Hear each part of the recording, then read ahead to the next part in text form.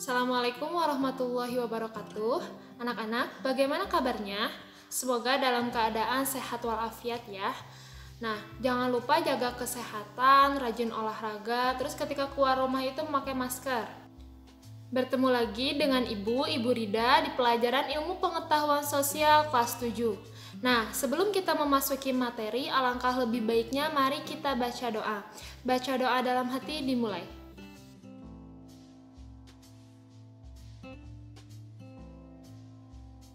Alhamdulillahirrabbilalamin, baca doa telah selesai. Nah, untuk materi hari ini, Ibu akan membahas tentang peran ilmu pengetahuan teknologi atau IPTEK dalam kegiatan ekonomi. Nah, mohon disimak ya materinya.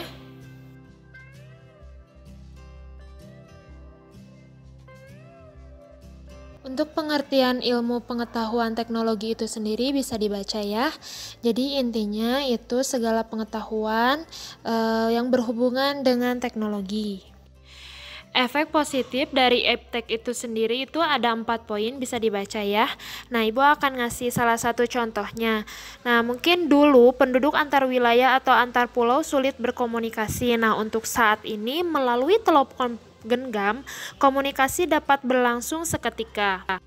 Nah, sekarang tentang efek negatif IPTEK ada 5 poin. Bisa dibaca ya satu persatu poinnya. Nah, sekarang Ibu akan ngasih contoh. Nih, sekarang kan perkembangan berbagai permainan elektronik yang digemari anak-anak juga mengakibatkan permainan-permainan anak-anak tradisional itu makin ditinggalkan. Sekarang ini permainan tradisional menjadi permainan digital. Itu contoh dari Ibu.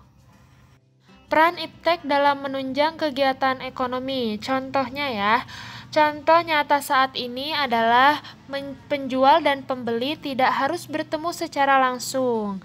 Nah, karena melalui kemajuan teknologi seperti internet, pembeli dapat memesan langsung barang tanpa harus bertemu pembeli, bahkan tanpa harus melihat fisik barang yang hendak dibeli.